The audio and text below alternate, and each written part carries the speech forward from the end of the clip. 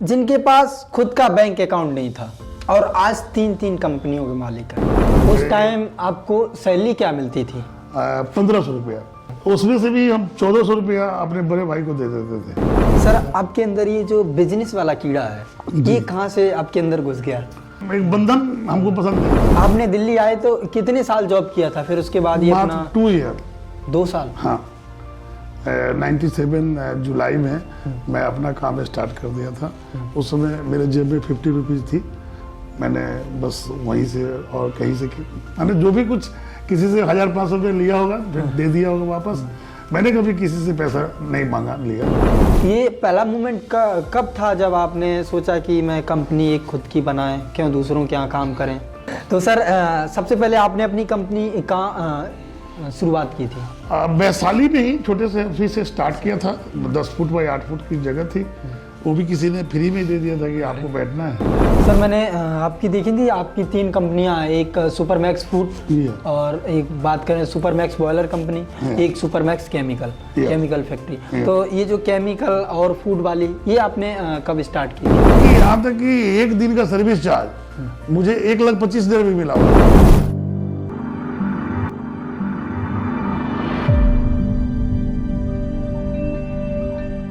नमस्कार साथियों, आप सभी लोगों का स्वागत है आज के हमारे पॉडकास्ट में। साथियों, आज हमारे साथ एक ऐसी हैसियत है जिससे मैं आपको रूबरू करवाएंगे। बात करें जिनके पास खुद का बैंक अकाउंट नहीं था और आज 3 कंपनियों के मालिक हैं।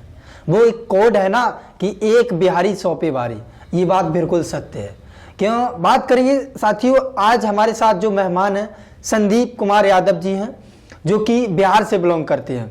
बात करें, इन्होंने एक तंबाकू के पत्ते से बिजनेस स्टार्ट किया था और आज 3 बॉयलर कंपनियों के मालिक हैं। तो सर, स्वागत है हमारे आज के पॉडकास्ट में। सर, आप कुछ अपना परिचय दीजिए हमारे ऑडियंस को। मेरा नाम संदीप कुमार है। पिताजी का नाम श्री विष्णु देव राय है जी। बिहार डिस्ट्रिक्ट समस्तीपुर से नेटिव पैलेस है मेरा। और 1995 में हम दिल्ली आए थे जी। और बस एक छोटी मोटी जॉब स्टार्ट किया था। अच्छा, आपके पिताजी क्या काम करते थे? वो भी मेरे पिताजी खादी ग्राम उद्योग में मंत्री थे, मिनिस्टर। हाँ, और वो अध्यक्ष भी थे और सेक्रेटरी भी थे और चेयरमैन भी थे। खादी ग्राम उद्योग मुजफ्फरपुर, जिला मुजफ्फरपुर। हाँ, मुजफ्फरपुर बिहार। तो मैंने 2 टर्म अध्यक्ष रहे, 2 टर्म मंत्री रहे मेरे पिताजी। हम 5 भाई हैं, 2 भाई बड़े हैं, 2 छोटे हैं, एक सिस्टर है, वो बड़ी है। टोटल 6 फैमिली में। और आपने पढ़ाई वगैरह अपनी कहाँ से की थी? हमने इलेक्ट्रिकल में डिप्लोमा इंजीनियरिंग किया था, मुजफ्फरपुर से किया था। मुजफ्फरपुर से? हाँ, Muzaffarpur Bihar, government polytechnic college से। गवर्नमेंट से? हाँ, मुजफ्फरपुर बिहार। और उसके बाद आप बिहार से दिल्ली की तरफ कब आपने रुख मोड़ा? क्यों, ऐसी क्या आवश्यकता पड़ी कि आपको दिल्ली आना पड़ गया? बस ऐसे ही, कभी सोचा नहीं था कि दिल्ली आना पड़ेगा। कुछ जब इंजीनियरिंग करने के बाद हम कुछ उस समय TN सेशन चुनाव आयुक्त थे। हम पप्पू यादव के साथ कुछ माने 6 महीना चुनाव में लग गए थे। पिताजी को ये सब चीज़ पसंद नहीं था। अरे, पिताजी ने बोले कि बिहार का कोई जिला नहीं है, वहाँ आप कोई नौकरी कर सकते हो या कोई व्यापार कर सकते हो, आपको आज के आज दिल्ली जाना है। तो बस अटेंडम मेरे को दिल्ली आना पड़ा। 25 मार्च 1995 को चुनाव हुआ था और 26 मार्च को हमको दिल्ली के लिए ट्रेन पकड़ के आना पड़ा। अरे, तो फिर दिल्ली में आके यहाँ पे आप दिल्ली में आपने कहाँ पे किस टाइप की जॉब की थी? इंजीनियरिंग की ही कंपनी थी, पुणे की कंपनी थी, थर्मेक्स इंडिया लिमिटेड। तो उनका नोएडा में ऑफिस था, तो दिल्ली में भी ऑफिस था। तो उसमें एज ए सर्विस इंजीनियर हाँ ज्वाइन किए थे। और फिर दूसरी कंपनी में तो सर्विस मैनेजर। उस टाइम आपको सैलरी क्या मिलती थी? 1500 रुपया। 1500 रुपए? बात करें उस टाइम के 1500 रुपए आज के 50,000 से कंपेयर कर सकते हैं हम? वो तो पता नहीं हो, लगभग 30 साल पहले इतना कंपेयर कर सकते हैं। उसमें से भी हम 1400 रुपया अपने बड़े भाई को दे देते थे। 1400 रुपया मतलब 100 रुपए में अपना पूरा? 100 रुपया में मेरा पॉकेट खर्चा 100 रुपया। ग्रेट, तभी आप इतने बड़े। कहीं जाने आने के लिए कन्वेंस तो कंपनी देती थी। हाँ, ऐसा कुछ है नहीं, मैंने घर से रोटी लेके जाना है काम करके भी ला जाना है। 100 रुपए में काम चला लिया। हाँ, कहीं पे कुछ काम करने गए, किसी को कुछ लगा कि इसको कुछ इनाम दे देते हैं, अरे कोई नया इंडस्ट्री स्टार्ट हो रहा है, कमीशनिंग हो रहा है, तो वो 500 रुपया दे दिया, 1000 रुपया दे दिया, बस वही मेरा पॉकेट तो सर खर्चा था। आपके अंदर ये जो बिजनेस वाला कीड़ा है, ये कहाँ से आपके अंदर घुस गया? नहीं, ऐसे ही लगा था कि हम अब कुछ भी करेंगे तो खुद करेंगे, तो मेरा कभी खुद होगा।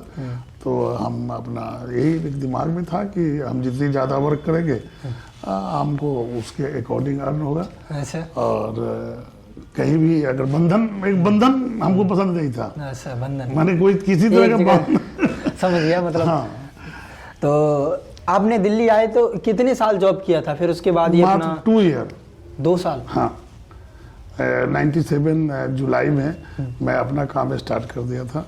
उस समय मेरे जेब में 50 रुपीज़ थी। मैंने बस वहीं से और कहीं से मैंने जो भी कुछ किसी से 1500 रुपये लिया होगा फिर दे दिया होगा वापस। मैंने कभी किसी से पैसा नहीं मांगा लिया। हाँ, हमने कम से कम 100 लोग को दिया होगा कि अच्छा। कभी किसी को मदद करने के लिए, कभी कोच, कभी फैमिली में, चाहे कहीं भी। आज भी पिताजी को घर पैसा भेजते हैं, मांगते नहीं लेकिन देना तो हम लोग ऐसे तो देते हैं। ये पहला मोमेंट कब था जब आपने सोचा कि मैं कंपनी एक खुद की बनाए, क्यों दूसरों के यहाँ काम करें? ये क्या है? मैं जब फर्स्ट जॉब में ही था तो मेरे दिमाग में था कि हम जॉब नहीं करेंगे, जॉब नहीं। और हमको दिल्ली पसंद भी नहीं था। अरे मैंने अच्छा नहीं लगता था यहाँ आज तो बात करें यहाँ के लोग भी कुछ अजीब बात करते थे। अच्छा, मेरे को तो यहाँ तक कहता था कि तुम बिहार के हो ही नहीं। पंजाब उजाब में जाते थे कि बिहार के आदमी ऐसा मैंने नहीं होता है, तुम झूठ बोल रहे हो, साउथ के हो। इवन कि साउथ के आदमी भी कहीं मिलता था, वो साउथ में ही बात करता था। मैं भाई नहीं तुम साउथ के ना हो। मेरा कुछ बाल भी घुंघराला था पहले काफी।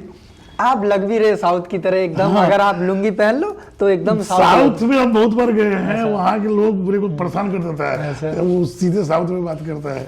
सर मैंने सुना था आपके बारे में कि आप एक कंपनी में किसी मशीन को सही करने के लिए गए थे, टेक्निकल प्रॉब्लम आ गई थी, तो वहाँ पे आपको एक 5000 का चेक मिला था, और उस टाइम आपके पास बैंक अकाउंट नहीं था। हाँ, नहीं तो था। फिर आपने कैसे फिर चेक को कैश में बदला?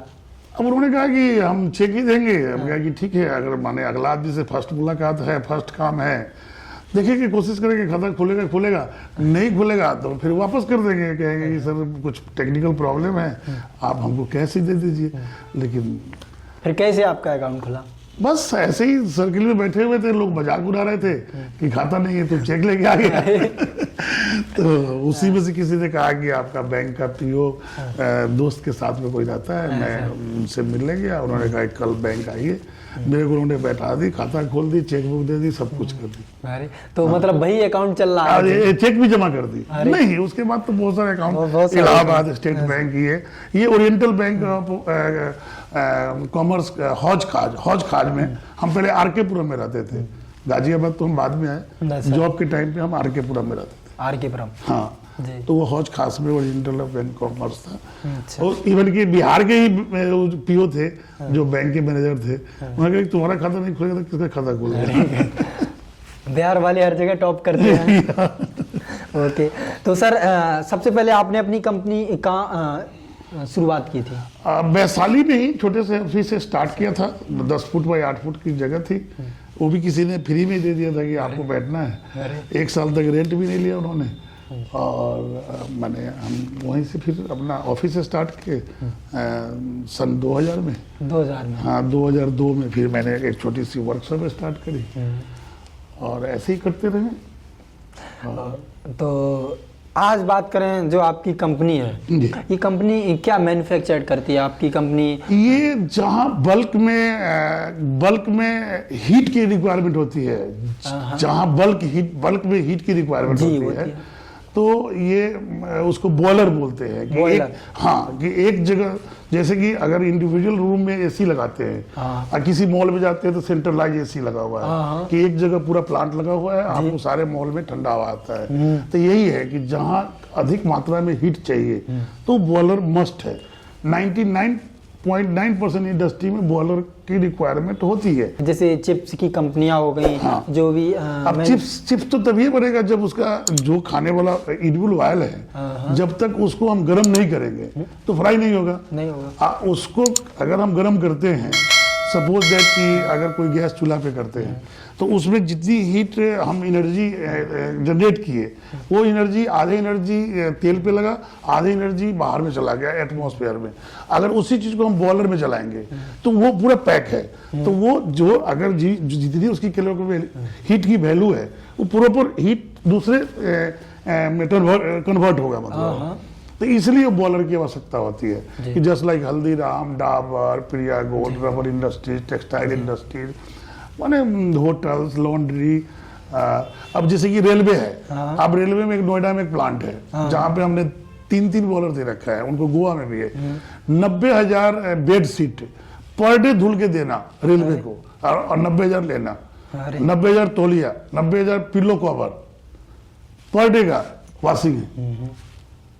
तो वहाँ इतनी ये स्पीड से चादर यहाँ गीला डाला, यहाँ सूख के ऐसे निकलता है कि 6 आदमी उसको फोल्ड करने के लिए वो डांस ही करते रहता है, माने रुकता नहीं है। इन्होंने चादर पकड़ी उधर चला गया, उन्होंने चादर पकड़ी उधर चला गया, उन्होंने पकड़ी इधर चला गया, आप फिर फोल्ड किया, फिर तीसरी चादर आ गई। इतनी हाई स्पीड की मशीन है, तो उसमें जो मॉइस्चर है, जो भी गीला है, वो प्रेस होके सूख के बॉयलर से निकलता है। जैसे 5 स्टार में जाते हैं कि शाम को कोट दे दिए, कल हमको दे दो, तो लॉन्ड्री लगा हुआ है। अपोलो अस्पताल है मान लीजिए, तो लॉन्ड्री लगा हुआ है। कोई भी 5 स्टार है, गर्म पानी चाहिए तो आपको उसी से मिलेगा। सर मैंने आपकी देखी थी, आपकी 3 कंपनियां, एक सुपरमैक्स फूड, और एक बात करें सुपरमैक्स बॉयलर कंपनी, एक सुपरमैक्स केमिकल फैक्ट्री। तो ये जो केमिकल और फूड वाली, ये आपने कब स्टार्ट की थी? ये मैंने केमिकल वाली 2005 में स्टार्ट किया था जी।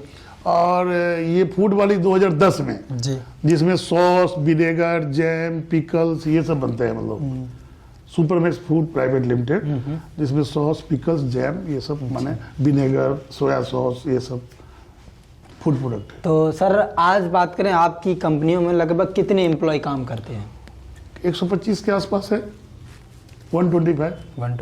हाँ। कि सर कुछ बिहार में है, कुछ वहाँ है, कुछ यहाँ, माने एक साइट है वहाँ पे सब लोग हैं। सर आपसे पूछना चाहेंगे, जैसे कि बात करें एक एम्प्लॉय और एक बिजनेसमैन, इनके बीच कैसा बॉन्डिंग होना चाहिए, कैसा रिलेशन होना चाहिए? जो कमिटमेंट आप करते हैं उसको पूरा आप करिए, फुलफिल करिए। अच्छा, ये फुल मतलब बिजनेसमैन ओनर करे या एम्प्लॉय करे? हाँ, माने बिजनेस आपका सक्सेसफुल तभी होगा जब मैंने किसी के काम लिया, तो जो कमिटमेंट किया उसको 90%, 95% आप फुलफिल करते हैं, तो आपको बिजनेस को कोई रोक ही नहीं सकता है।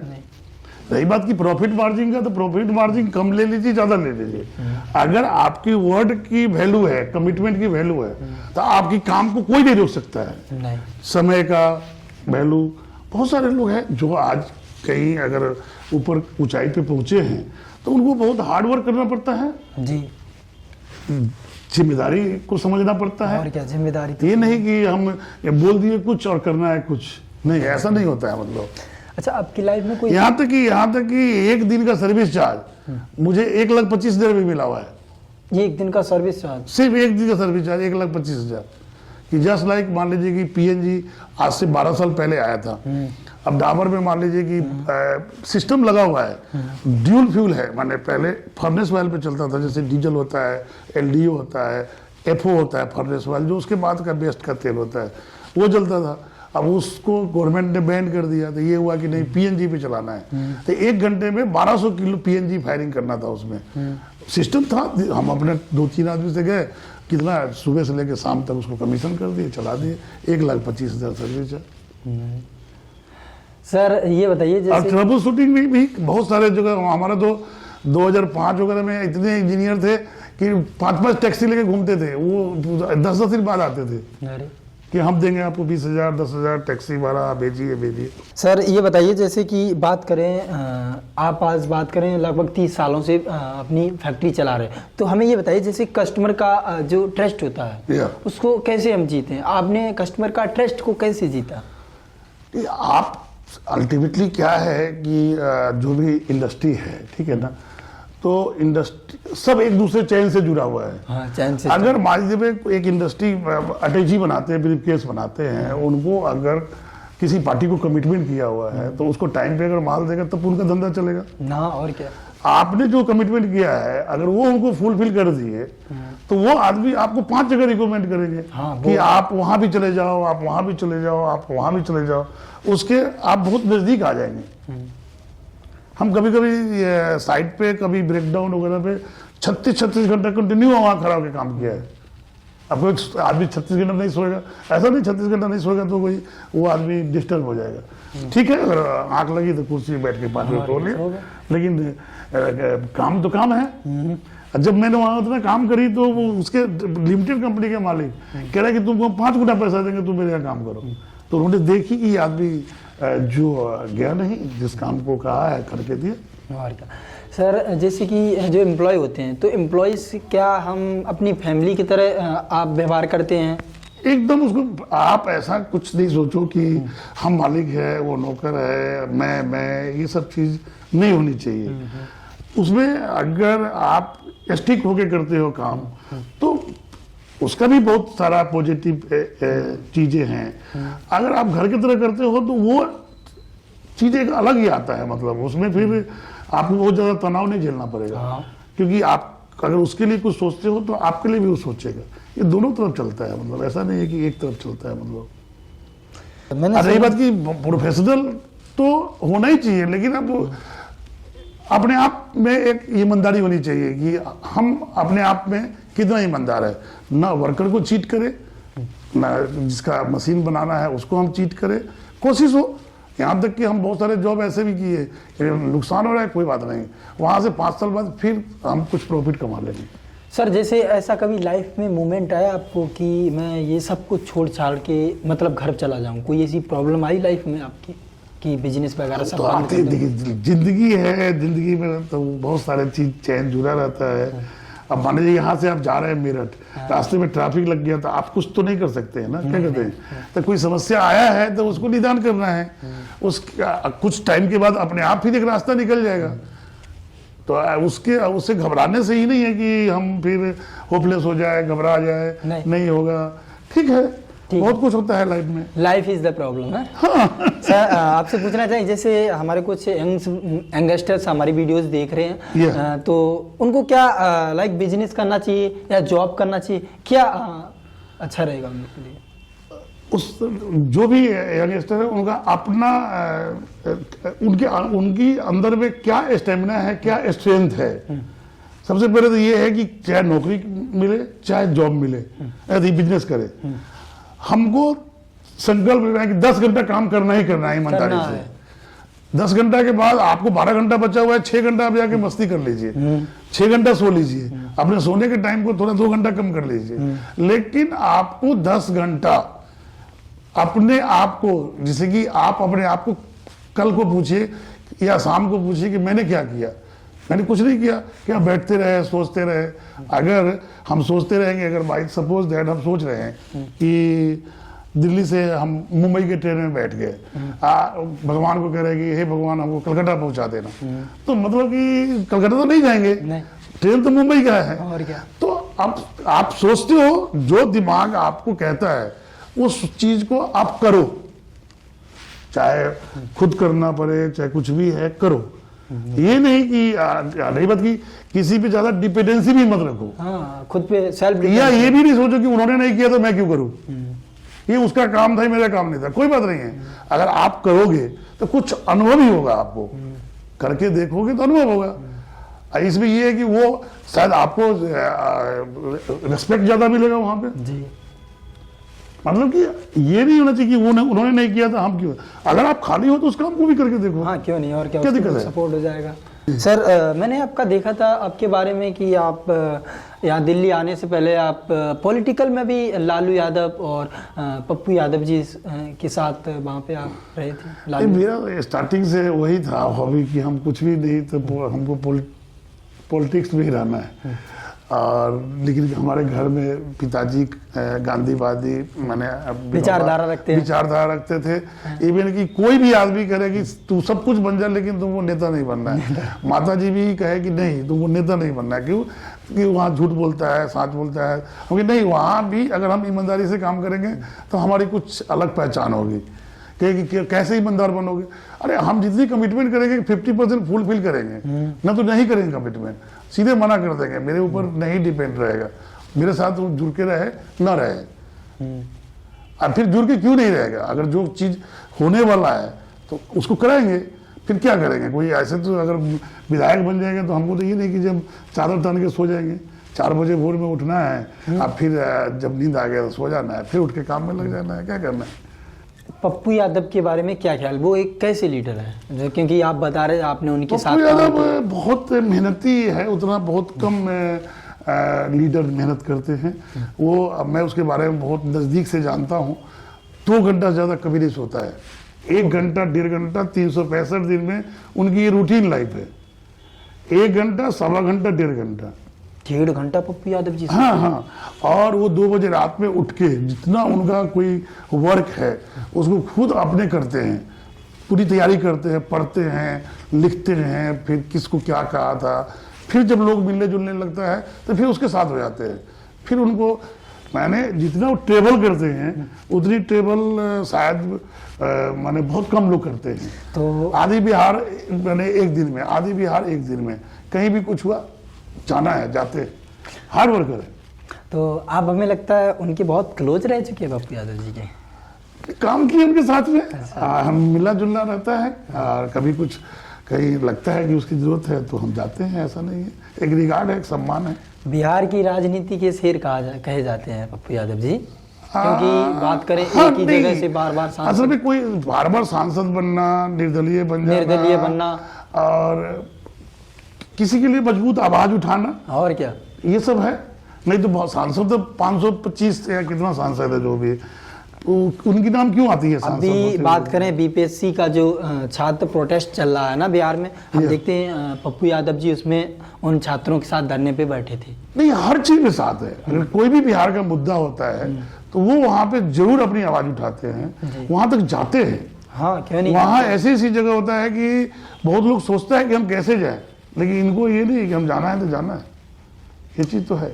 मैंने देखा आपकी फोटो नित्यानंद राय जी के भी साथ देखी है, तो उनसे आपका कैसा व्यवहार, कैसा रिलेशन है उनसे आपका? बहुत अच्छा रिलेशन है। असल में वो हमारा जहाँ नेटिव पैलेस है, अच्छा, तो उजियारपुर के वही लोकसभा क्षेत्र है, उनके लोकसभा क्षेत्र के ही हम बिलोंग करते हैं। अच्छा। पहले भी वो 2 बार MP रहे हैं और मंत्री भी रहे हैं, और इस बार उनको लगा कि हमारी जरूरत है तो उनके लिए हम 1 महीना अपना सारा काम छोड़ के इंडस्ट्री का, और उनके साथ जो भी उनका ऑर्डर था हम काम फॉलो किए, काम किए हैं। उन्होंने वोट होने से पहले 13 मई को वोट था बिहार में, सुबह भर 7 बजे फोन करके हमको कहते हैं तुमको हम 100 में 100 नंबर दिए। अगर उन्होंने कहा है तो उस काम को चाहे हम कैसे करके उनके सामने में पॉजिटिव रूप में ला के दिखाए। उनकी टीम थी, हमारे साथ घूमता था, हम जहाँ लोग को ये था कि शायद वहाँ बैठने नहीं करता है, वहाँ लोग नाश्ता कराया, चाय पिलाया। एक अपना ये है माने व्यवहार है कि भाई हम वोट मांगने आए हैं। अगर बहुत लोग सोच के ही नहीं जाते हैं कि मेरा विरोधी है तो मैं क्यों जाऊँ, अरे आप जाके देखो तो सही आखिरी फर्क क्या पड़ता है, क्या महसूस करता है वो। क्या संदीप यादव जी बिहार में 2025 में MLA का चुनाव लड़ेंगे? अब ऐसा तो मन में तो है, लेकिन वो देखेंगे, अगर कहीं कुछ गुंजाइश बनता है तो जरूर लड़ेंगे, क्या दिक्कत है उसमें। अच्छा, ये बताइए, एक बिजनेसमैन जो पर्सन होता है उसका रूटीन लाइफ कैसा रहता है? स्वतंत्रता होती है बिजनेस में, कोई ऐसा नहीं है, आप कभी भी जा सकते हैं, कभी भी आ सकते हैं। सुबह गेटअप का क्या टाइम? कोई ऐसा नहीं है कि ये फैक्ट्री अगर 8 बजे खुलती है तो आपको 8 बजे जाना है। आप 7 बजे पहुंचिए ना, आप स्वयं टाइम से पहुंचेंगे तभी आपके साथ काम करने वाले टाइम से आएंगे। क्यों दिखेगा कि भाई मालिक आ गया है तो हम देर हो गए हैं, 2 दिन 4 दिन 6 दिन, तो आप खुद जाइए। ये नहीं है कि मालिक कोई भी मालिक है, उसको ज्यादा काम करना पड़ता है। बाकी आपसे पूछना चाहेंगे, जैसे आपका जो समाज सेवा को लेके क्या दायित्व रहता है, क्या ख्याल रहता है आपका? अगर हमसे किसी की कुछ मदद हो जाए, हमसे किसी का कुछ भला हो जाए, तो यही करने के लिए संसार में सब लोग अपना अपना परिश्रम करते हैं जी। और उसमें हमारा क्या नुकसान हो जाएगा? अगर हम किसी के लिए 1 कदम चलेंगे तो कोई मेरे लिए चलेगा ना। ये तो परस्पर है, आप जो दोगे वो मिलेगा। और क्या। अगर एक स्थिर पानी में हम पत्थर फेंकेंगे तो जितना बड़ा पत्थर फेंकेंगे उतना बड़ा तरंग बनेगा। हाँ, जितना बड़ा पत्थर फेंकेंगे उतना बड़ा तरंग बनेगा। जी, और क्या। न्यूटन का थर्ड लॉ क्या है? यही है कि मतलब क्रिया प्रतिक्रिया। हाँ, हम अगर आम के पेड़ बोएंगे तो आम ही तो होगा ना, उसमें और बबूल तो क्या नहीं होगा होगा, ना। हाँ। माने ठीक है, ये इस साल फल नहीं दिया, अगले साल देगा, अगले साल देगा। फल तो मिलेगा। जिस समय आम के पेड़ बोते हैं उस समय तो ये नहीं सोचते कि हम आम के पेड़ बोएंगे, आम होगा तो हम घर वाले को भी खिलाएंगे, रिलेटिव को भी खिलाएंगे, सारे रिश्तेदार मोहल्ला वाले को भी खिलाएंगे। उस समय तो होता है कि आम होगा तो हम खाएंगे। जब पेड़ बनता है तो फिर क्या करते हैं, हम भी खाएंगे, उसको भी खिलाएंगे, जो रिलेटिव है उसको भी खिलाएंगे, दोस्त भाई है उसको भी खिलाएंगे। ओके। बाकी आपकी कॉलेज लाइफ का बात करें, कोई ऐसा मोमेंट या कोई ऐसा स्टोरी जो बताने लायक हो कॉलेज लाइफ की? कॉलेज लाइफ में गवर्नमेंट का कॉलेज था और उस समय मंडल और आरक्षण का 1990-91 का बीपी मंडल का ये सब था।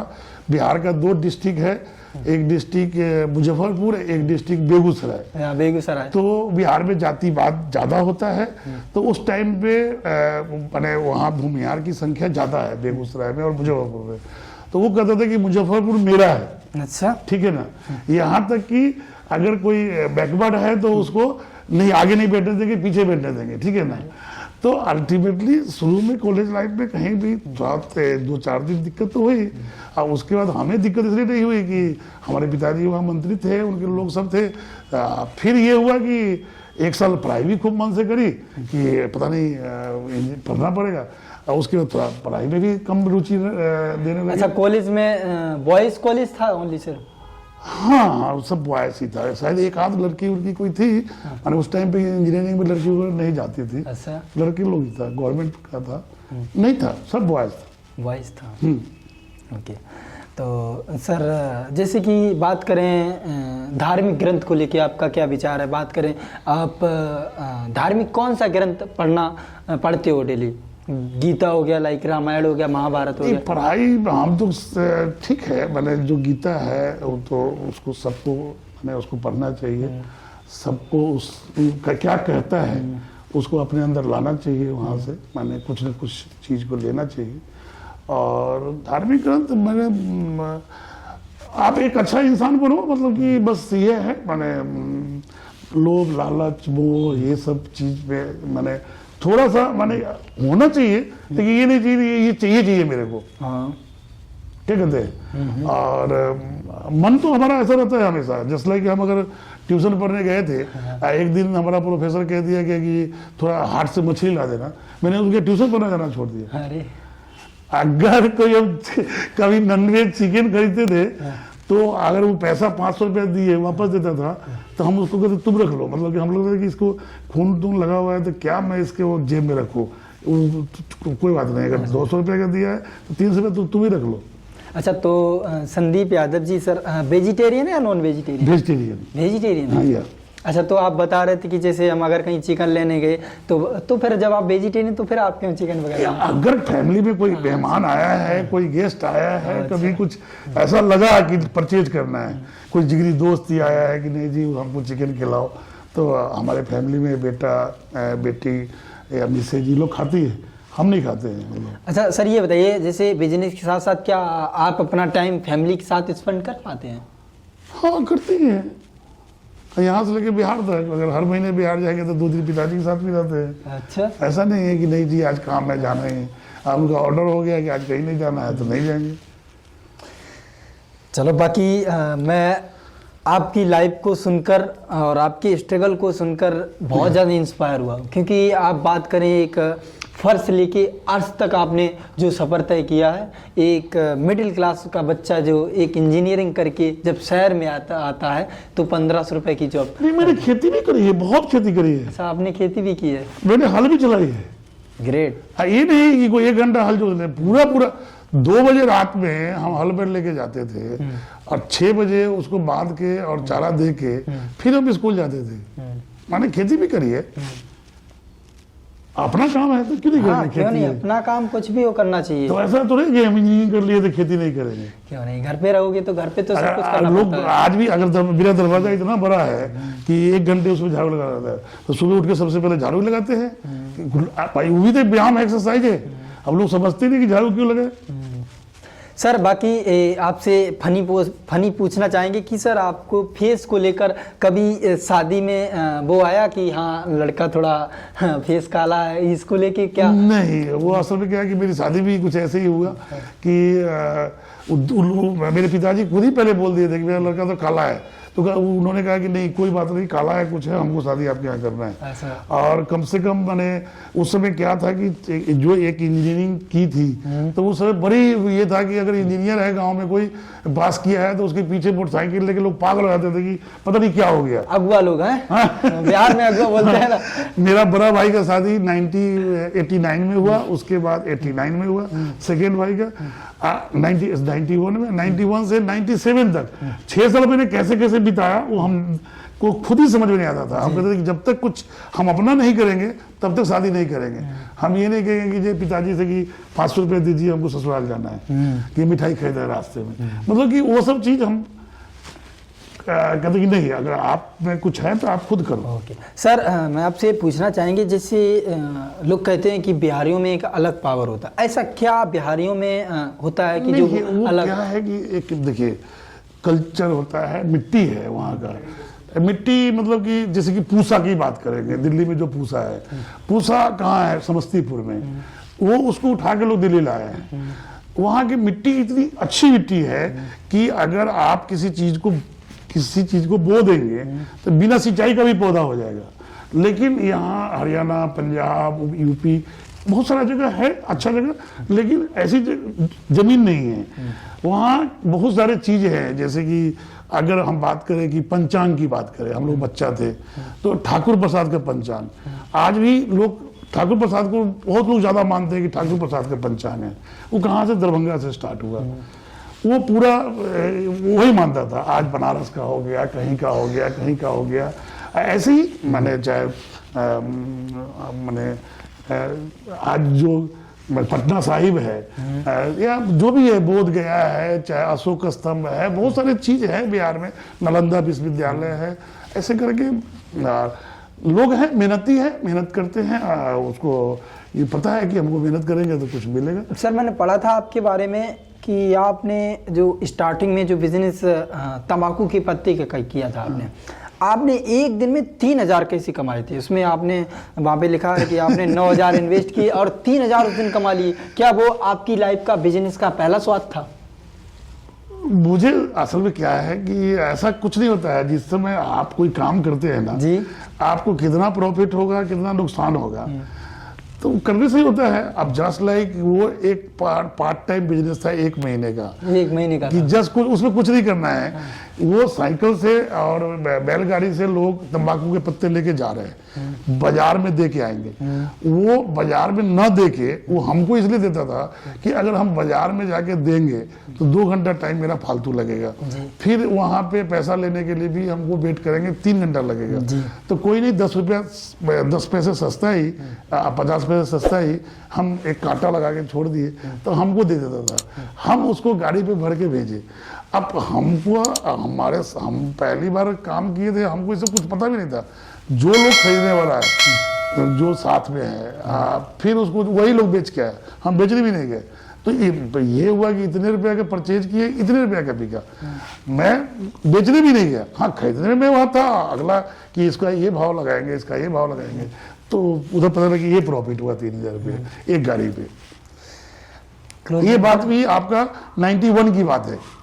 91 की? हाँ 91 की बात है। आपके अंदर बिजनेस वाला है ना गुण, वो बचपन से ही हमें लगता विद्यमान है ना? नहीं ऐसा नहीं है। देखिए किसी काम को आप अच्छे ढंग से करेंगे ना तो वो होगा।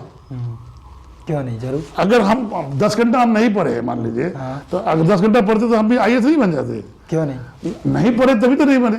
2 घंटा पढ़ते थे, नहीं पढ़ते थे। जो 10 घंटा पढ़ता है वो IAS बनता है। समझ गया। वो आगे जाता है। तो अगर जो बेसिक चीज है उसको आप बाईपास नहीं कर सकते हैं। यहाँ आप आज के डेट में क्या है कि बहुत चीज, सब कुछ बाईपास, और हम मेहनत ना करें। हम एक दिन में 40-40 हजार स्टेप चले हुए हैं गर्मी के महीना में भी। स्टेप? हाँ, मैं अपनी वजन 20 किलो 15 किलो एक महीना में घटाया था। अरे 40,000 स्टेप मोबाइल में है, हम दिखा सकते हैं आपको। ये रामप्रस्था में तो हम 10 चक्कर लगाते थे इस इधर से यहाँ। साइकिल से या पैदल से? पैदल। अरे 4 घंटा 3 घंटा लगातार। ग्रेट ग्रेट हो आप। सर बताइए, जैसे स्टूडेंट से और इस बिजनेसमैन तक का सफर बता दीजिए थोड़ा, कैसा क्या रहा, क्या आपको अनुभव रहा बिजनेस, एक स्टूडेंट इंजीनियरिंग लाइफ से एक बिजनेसमैन तक बनने का आपका एक्सपीरियंस और अनुभव कैसा रहा? ठीक ही रहा। और मेरा मतलब ये है कि सारी बात के बाद एक बात आती है कि आप अपने आप पे ऑनेस्ट रहो। Honesty is the best point. हाँ, और उसके बाद आप देखो जहां आप जाओगे ना, वही आदमी आपको आगे बढ़ाने की कोशिश करेगा। जहां आप उसको मैंने बात को कुछ ऐसा कंफ्यूज करके बात करेंगे तो आपको वो आदमी ऊपर नहीं बने देगा। नहीं, आप स्पष्ट बात करिए, वो आदमी खुद कहेगा कि आप ऊपर उठ जाइए। तो हमको भी यहाँ पे इतने सारे लोग ने मैंने मदद करी है, तो सिर्फ हमको लगता है कि जो हम कमिटमेंट किए हैं कि अगर 2 बजे रात में बोल दिया कि मेरे को आना है, तो ठीक है जी, गाड़ी स्टार्ट करके हम चले जाएंगे।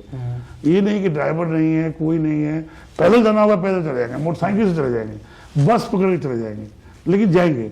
उसको एक्सक्यूज नहीं देंगे कि नहीं जी मैं वो छूट गया। ठीक है, कुछ रास्ते में गाड़ी टूट गई, खराब हो गई, तो एक अलग बात है, मान लीजिए। सर आपका मानना है कि आपका जो एक्सपीरियंस आप बोल रहे हैं कि स्टूडेंट लाइफ से और बिजनेसमैन तक का, आपने जो बताया कि ऑनेस्टी रहना चाहिए, ऑनेस्टी अपने काम के प्रति 100%, हाँ कि मेरा काम है, मुझे करना है, और इसके बाद मैं कुछ नहीं जानता हूँ। या सर कुछ फैमिली के बारे में, अब राइट नाउ आप भी एक सक्सेसफुल पर्सन बन चुके हैं, आपके क्या बच्चे भी अभी सक्सेस हुए हैं या वो अभी सक्सेस की ग्रोथ में हैं?